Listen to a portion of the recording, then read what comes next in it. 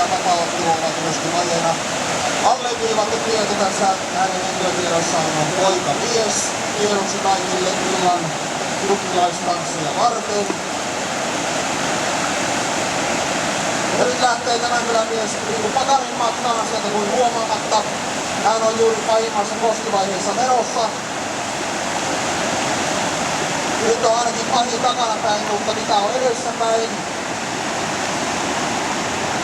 Siellä on myöskin petollisia pyörteitä ja koskikohtia, niin kuin Eero sanoi, niin jokainen koski täytyy kohdata ja täysillä jalkalihaksilla ja käsilihaksilla vastaan ottaa. Eli kyllä nyt tulee tyynipoudas suoritus. Hän on Riku Pakanen Iistä numerolla 112. Tuo on aplodin arvoinen hieno suoritus.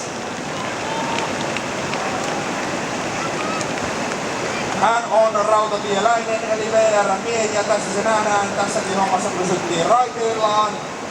Ja tässä ei turhia pysähdyksiä matkalla tapahtunut. Asemalle ei pysähdytty, vaan tultiin määrän asemalle kerralla perille.